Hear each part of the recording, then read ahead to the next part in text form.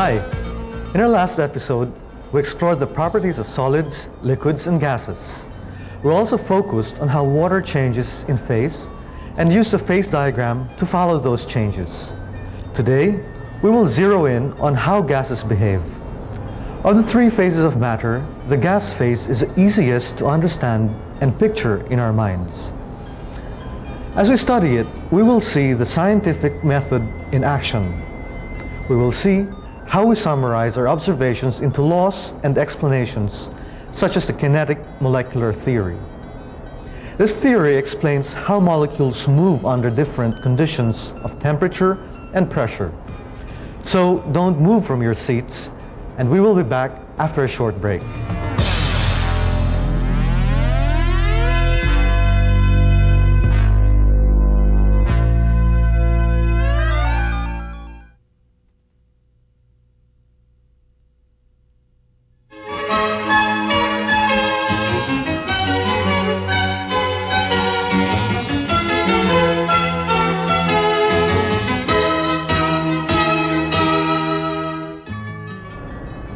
Scientists don't stop at just observing. They also ask why things happen the way they do, or why things are the way they are. Once they find answers to these questions, then they can predict how things will happen. How do we explain the properties of different phases of water? How does matter change from one phase to another? If we could watch molecules directly, we would describe phase changes very accurately. But we cannot. So we have to use what we call a model. A model describes and explains things based on observations and sometimes using mathematical equations. A model is only an approximation or rough picture of the real thing. However, we accept a model as long as it explains all our observations well enough. Let's make some observations about matter. This beaker contains a mixture of mud particles and starch. Let's filter it.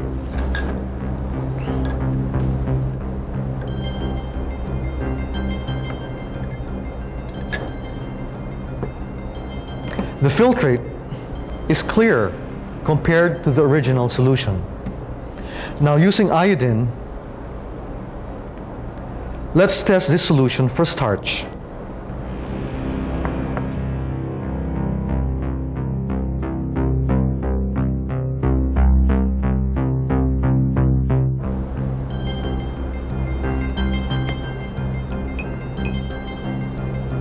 The dark color indicates that there is starch in the filtrate. What do these observations tell us? They tell us that matter exists as particles in varying sizes. These particles have spaces in between them. The mud particles are larger than the pores of this filter, which is ordinary writing paper. They're not able to pass through. The starch molecules, on the other hand, are smaller and so are able to pass through the filter.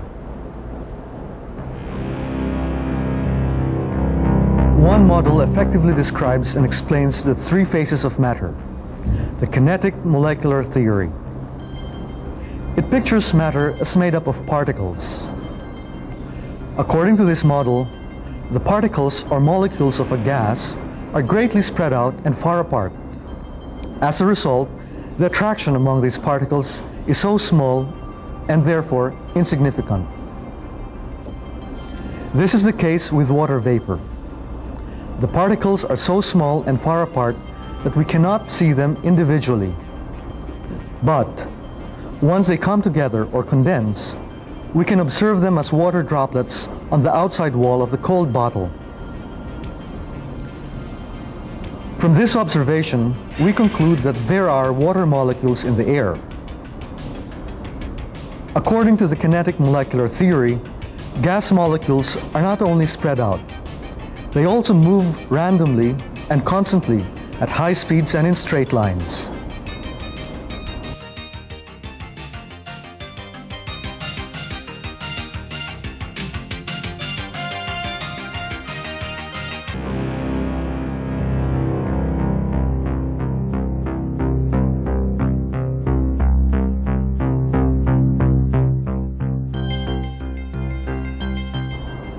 As the gas molecules move, They collide with each other and with the walls of the containers.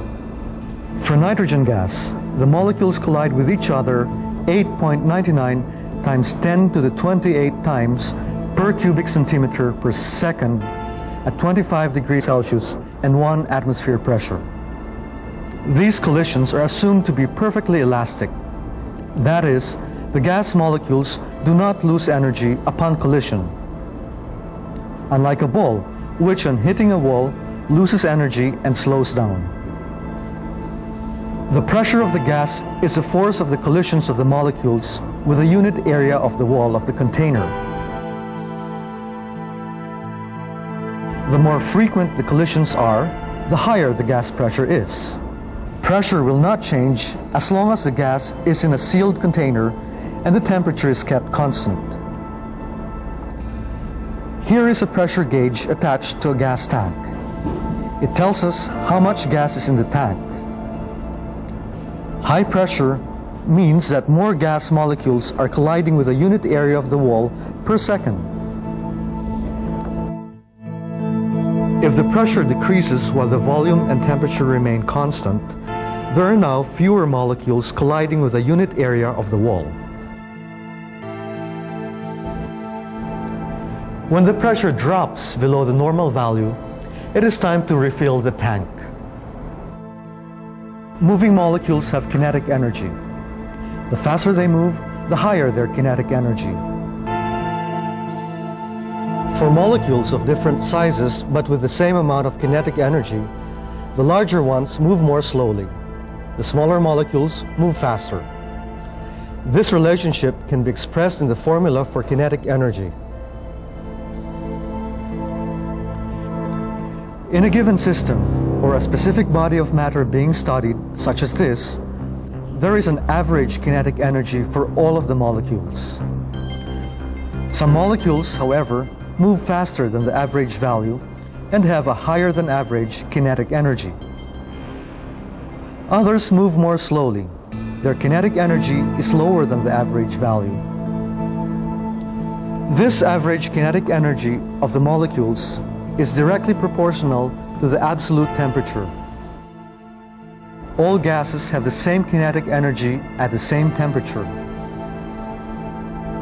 At 0 degree Kelvin temperature, molecules would stop moving since they have zero kinetic energy. Let's recall the phase diagram of water. We saw that water enters the gas phase at high temperatures and low pressures. This is true for other substances as well. This means that gas molecules have a higher average kinetic energy than solid or liquid molecules. This also means that substances in their gas phase have fewer molecules per unit volume than in their solid or liquid phases. So, of the three phases, the gas phase has the lowest density. The higher kinetic energy of gas molecules keeps them moving at high speeds. This enables them to escape the attractions of surrounding molecules. As the temperature goes down, the molecules slow down. If the temperature is low enough, the attractions of surrounding molecules begin to offset the kinetic energy of the molecules. As a result, the molecules come closer together, so they now have a definite volume. But these forces are not yet strong enough to keep them in a rigid shape. This is the liquid phase of the substance.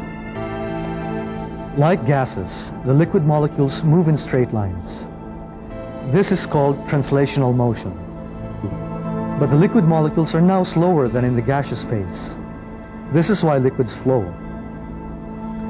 As the temperature goes on further and the pressure increases, the molecules become rigid and only vibrate or rotate. Substances then enter the solid phase. Matter in the solid phase is more closely packed.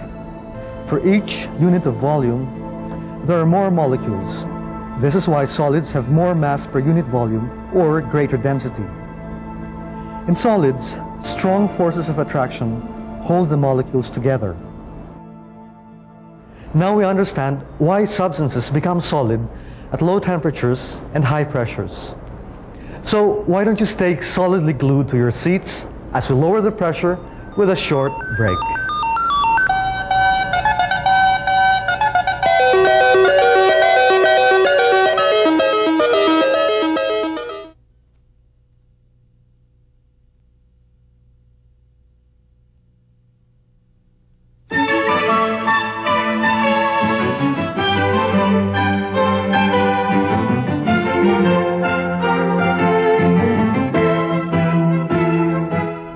There are three variables or factors that define or decide the conditions of a gas: pressure, volume, and temperature.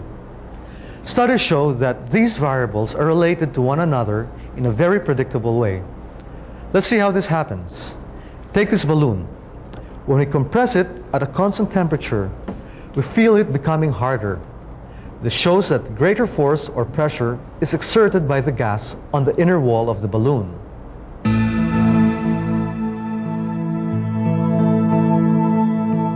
In 1660, the Englishman Robert Boyle was the first to demonstrate the relationship between pressure and volume of a given sample of gas at constant temperature. He used an apparatus which trapped a sample of gas over a mercury column. He varied the pressure by lowering or raising the mercury bulb. We have three setups for the Boyle's apparatus. In the first setup, the trapped gas has a pressure of 760 torr, equal to the pressure of the atmosphere. In the second setup, we raise the mercury bulb, doubling the gas pressure. The gas pressure is now equal to the atmospheric pressure plus the pressure due to the difference in the height of the mercury. Notice that the volume of the gas decreases. In the third setup, we decrease the gas pressure by lowering the mercury bulb. Notice that the volume of the gas increases. Boyle showed that all gases behave this way according to what is now known as Boyle's law. The volume of a given mass of gas varies inversely with the pressure if the temperature remains constant. This law can also be expressed mathematically using this equation. In your laboratory, you can construct an improvised Boyle's law apparatus with a plastic syringe. Rudy Sanghel will show you how to use it. We seal the tip of the syringe at one end and support the syringe on a platform in an inverted position.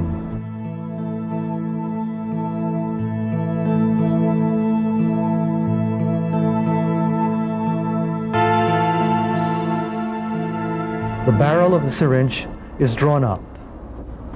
We add uniform weights like books in increments on top of the barrel. As we add more weights, the volume of the trapped gas decreases.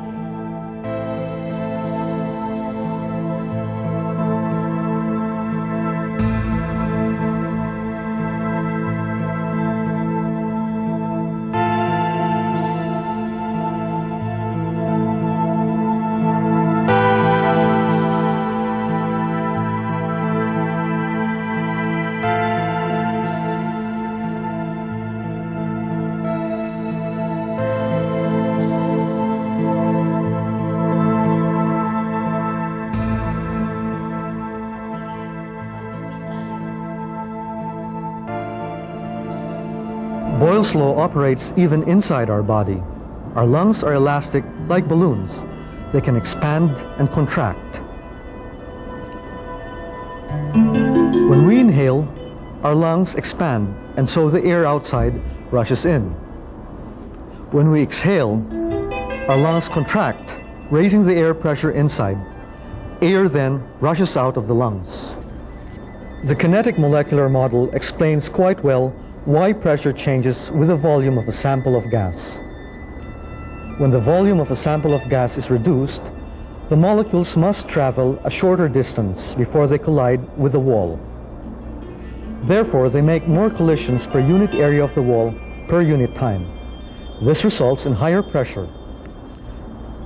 With a larger volume, the molecules travel a longer distance before they collide with a given area of the wall. The result, fewer collisions of the molecules per unit area of the wall per second. We can use Boyle's law to calculate the new volume of a gas when its pressure changes. We can also determine its new pressure when its volume changes at constant temperature.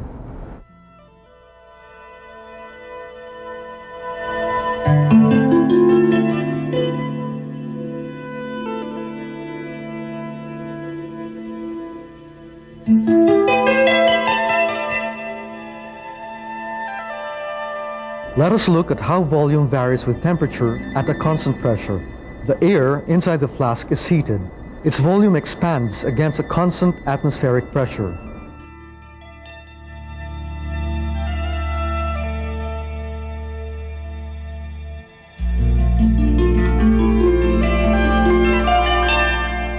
After the source of heat is removed, the air cools and the volume decreases.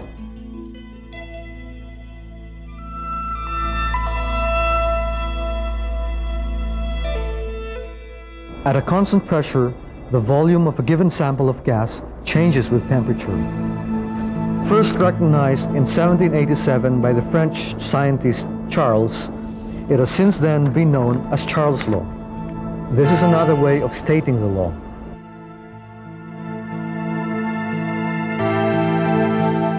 This law can also be expressed mathematically like this. When we plot the volume against the absolute temperature, we obtain a straight line. Extrapolated to zero volume, the line intersects at minus 273.15 degrees Celsius. This temperature is assigned as 0 on the Kelvin scale. At this temperature, the kinetic energy of molecules is 0. Therefore, the molecules cannot move. But before this temperature is reached, all gases shall have condensed. In fact, scientists have never attained this temperature in all their experiments. With the volume of a gas held constant, its pressure varies directly with absolute temperature. Drivers experience this. When they drive their cars on a hot day, the air pressure inside the tires goes up. Don't we sometimes ask, why are compressed gases, especially those transported under the hot sun, stored in heavy-duty containers? Again, this is because gases behave according to Charles' law. With the volume constant, their pressures rise as their temperatures rise. If the containers are not strong enough, the rising pressure could lead to a big explosion. Knowing this, we can handle gases more carefully. The kinetic molecular model explains Charles' law very well. Let's see how this operates by experimenting with a can, something that you can do together with your students.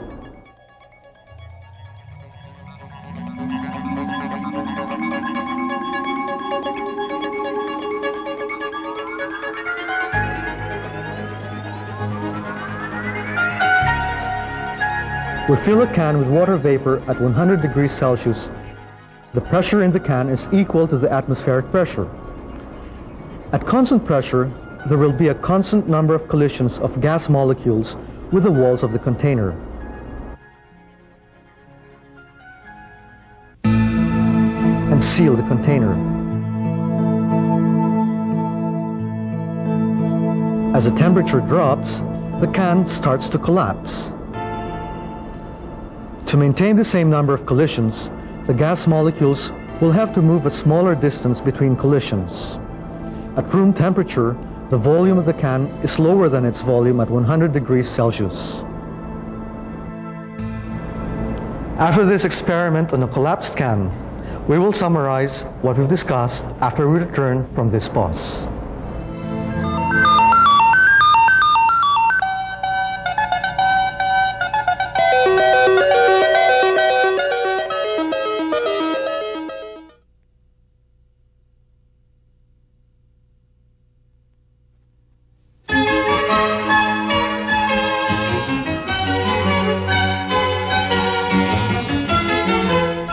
past half hour, we went through the kinetic molecular theory. We saw how this theory pictures the movement of atoms and molecules in solids, liquids, and gases. Molecules of solids are almost immobile. They are held together by strong forces of attraction and vibrate or rotate in fixed positions. For liquids, forces of attraction are still stronger than their kinetic energy. These forces are not too strong. In gases, molecules move at high speeds in straight lines and are dispersed and far apart. We also saw how the pressure, temperature, and volume of gases relate with one another according to Boyle's and Charles' laws. In our next episode, we will tackle the subject, condensed phases of matter. I hope this episode has expanded your understanding about gases. I also hope that this episode on molecules in motion in gases, liquids, and solids gave you a dynamic and moving picture of the phases of matter. This is your host, Ramon Miranda. Moving on. Good day.